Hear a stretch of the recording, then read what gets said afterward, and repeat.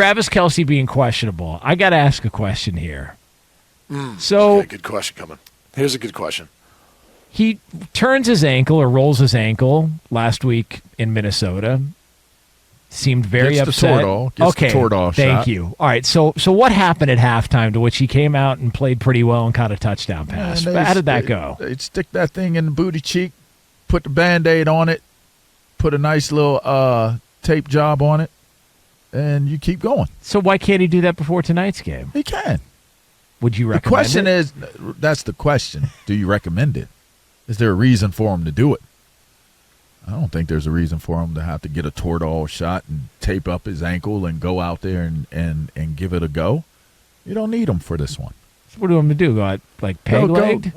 No, go out there and look cute so they can do cutaways of you on the sideline, chewing gum or eating sunflower seeds, spitting them in. It's not feasible to spit them on the ground anymore. So you spit it in another cup, and then they'll cut away from him to Taylor Swift, and then they'll talk about Taylor Swift, and then they'll talk about, Kelce. They'll go back to Travis on the sideline, talk about him some more. And then between, they'll have like a small box. You know how they have the small boxes up in the corner? They'll be showing the game in the small box. They won't be showing Travis Kelce and Taylor Swift in the small box in the corner while the game and the plays are going on. They're going to show the game in the small box. And Taylor and Travis will be on the big screen. I'm so tired of it. It's going to be a Travis and Taylor TNT. You know what happens when you get TNT, right? What's that? Dynamite? S blows up. Yeah. I just I want my football back, and I want to know. Like I'm more interested in like what is that conversation like when it comes to Toradol? Do you just give the doctor the look and say, you know what to do? Or does he tell you, well, this could be a side effect. You're going to feel like crap in 4 hours. It may get you through this game. But, like, what is that conversation like? You don't remember any given Sunday? My man went up in there. He's like, Doc, unplug me. Yeah, it was Latimer. That was Latimer. I need some benzocaine and some da-da-da. Yeah, but that's juice, right? That's roids. I don't know. Toradol just numbs you up, doesn't it? I think he wanted some painkillers. He was hurting in that any given Sunday, his role. All right, well. How's it happen, Q? You tell us how. How's what happen? How do you get? I don't take that stuff. How do you get to the Toradol? You don't get. You've never got a Toradol shot? No, I've gotten Toradol before. Oh. I mean, usually you just follow the line. Yeah, you just slip for the long line, and you're like, "Oh, that must be for Toradol." Wait, is that really? Yeah, I'll go stand there. Is that really how? Hey, it Is that not true? Hey, what you here for? Finger. It's like, yeah, you literally, you're like, it's not like that. That's not the equipment room. That's not the trainer. Like, no, that's the doc. He's giving you a Toradol shot. You just go follow the line right over there. Yeah. My hemorrhoid. Why was there a acting line up. in this locker room? You are right about that. And it's always at the back of the training 100%. room. Like guys 100%. are like putting Bengay on and like all kinds of different stuff be going on in the training room, but it's always in the back of the training room. I do miss the smells of a locker room. Not locker room, training room. The training room. Because like you get that like Tiger room. Bomb. Yeah. Like all those, like all the old guys trying to make sure they're loose, and like getting all that stuff, all the different smells. Yeah, that's. I do miss those moments too. You sit on the treatment tables and everybody's sharing war stories and laughing about different things, and that I miss that part a lot, I guess. And then they pull out this javelin and stick it in your joints. Oh no! Toradol needles are decent. They're normal. Now, if you ever had to get drained, now that is a traumatic experience, my friend. Yeah, but doesn't it feel better afterwards, though? Yeah, drained? It does feel better afterwards, but it is the worst. And when I say it's the worst, I mean it is the worst. The syringe size on everything. If you're out here, huge. If you're listening to me right now, take a look at your pinky finger. That's how big the syringe is. And I don't care how big your pinky finger is in relation to somebody else's. It's somewhere around that size. And the whole of the syringe is that big. I can recall when they put it like they were draining my knee, and they put like they got to put it like in like the what is it, like the bursa sac or the area, sac, like where all the fluid is building up, and And Man. I'm like, there's no way a needle that long is going to fit in that space you're pointing it at right now. And what's it's it just big. Blood and pus? What Bro, comes out? It's blood. Yeah, it's blood, dude. Listen, I heard remember- the thing go. That's the noise my body made when they stuck that thing in my knee. Dude, I remember halftime my senior year. I had a long run versus SC in Southern Cal, and I got tackled like down inside the 10 or something. And I remember the way my knee hit, it literally, like I knew right when I hit it, I was like, that's not good. Like it kind of whipped around when I got hit and like hit the ground.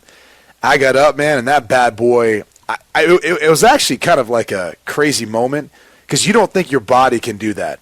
You're like, oh my God, why does my knee look gigantic? And so, like, I tried to put a sleeve over all the stuff. They're like, hey, we'll have to drain it at halftime. I'm like, what's wrong? What's going on with me? So we go in, and they pull out that needle like he's talking about. Well, and Charlie Weiss was our head coach at the time. He's, like, trying to find me. He's like, where the F is Quinn? And he walks in the training room, and they've got this gigantic needle. They're jabbing into my knee. He looks at me, looks at the needle. He's like, all right. And he just walked out.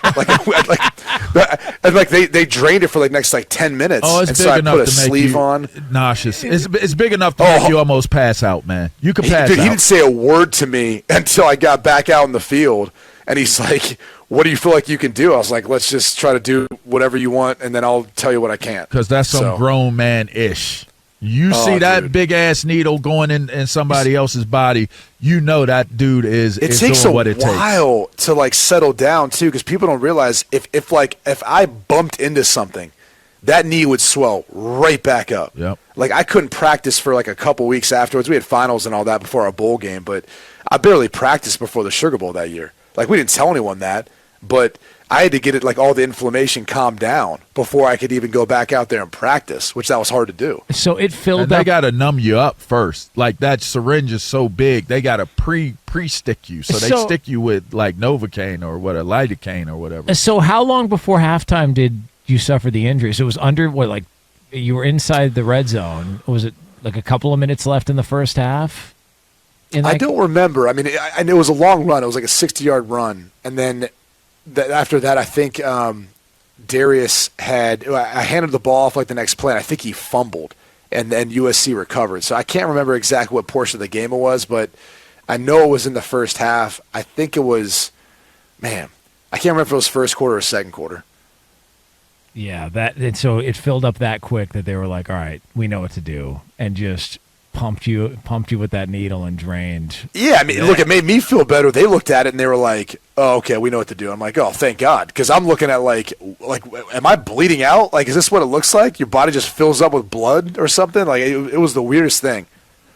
Wow. Well, listen, I don't know if Travis Kelce's going through all that, but he is questionable. So maybe about an hour before kickoff, you break out the feel-good javelin, throw it in him. The feel-good javelin. The next thing you know, he's out there playing. And now we have to start questioning our under of, 66.5 yards on the Travis Kelce bet? That was the under, Lee? Yeah, so under 66.5 yards that some of us took on Travis. Brady and I took the under. LaVar took the over. So 10:19 left in the second after Brady's 60-yard run. So you played another 10 minutes on that bum wheel, jeez, only to have him and on that bum wheel. Let me tell you something. That's called putting it together. That's called getting it done under the circumstances, and then you get it drained at halftime. Man, oh man, I bet you he looked like Sweet D Willie out there for that 10 minutes. His pimp. I don't know what that means. You had a pimp. You had a pimp limp. Big D over here. Big D over here. Honestly, you know what we did? We put on a neoprene sleeve to try to cover it up to blend in with my skin tone, thinking no one would know. They knew that. It looked like a prosthetic limb. Quinn's hurt. Oh man. Hey, check. Quinn's hurt. Oh, he's hurt. God. Look at it. Left leg. Left leg. And Get him. By the way, was that the game at the Coliseum? That was your senior year, right? You played it at Senior year, yeah. Okay. Dang, that was All against right. Oh, yeah. USC. Yeah, Golly. okay. At the Cauley, they call it. Right? Do you want to know a funny story about that? That's just kind of weird how this all ties together. So I actually almost called the second half kickoff of that game. I entered a radio contest locally in LA. Nice. To try and if you did the best play-by-play call, you would get to announce the second half kickoff of the USC Notre Dame game that year. And I ended up finishing runner-up to some guy. But they brought us on to Colin Cowherd's show, and they announced the winner on the air. It was at the Dave and Buster's near your place, LaVar, in Arcadia. Oh, Arcadia. Near Santa Anita Racetrack. Yeah, right next to Santa So Anita. I almost got to call the second half kickoff of Brady Quinn's return to action after getting the javelin shoved in his knee because he hurt his knee the first half. That wasn't a against USC. javelin. That was something of another. That was like a oil drill. You How know? about that? Yeah, it wasn't javelin. But it all ties together. Look, see, we eventually got it javelin together. is Toradol. That other thing, that's traumatic, man. I can remember the sound. I can remember what I was doing. I had a lot of pressure on me. I had family members in there. They're looking at me. I'm looking at them. They know I don't like needles, so I'm starting to panic. This is the biggest needle I've ever seen in my life. What am I going to do? Yeah, I'm but you gonna got tattoos. How are you afraid of needles? You got all those tattoos. That's weird. It's not the same. Yeah.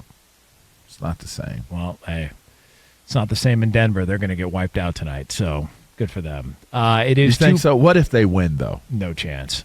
Yeah, you might be There's right. zero chance they win Could that be game. right.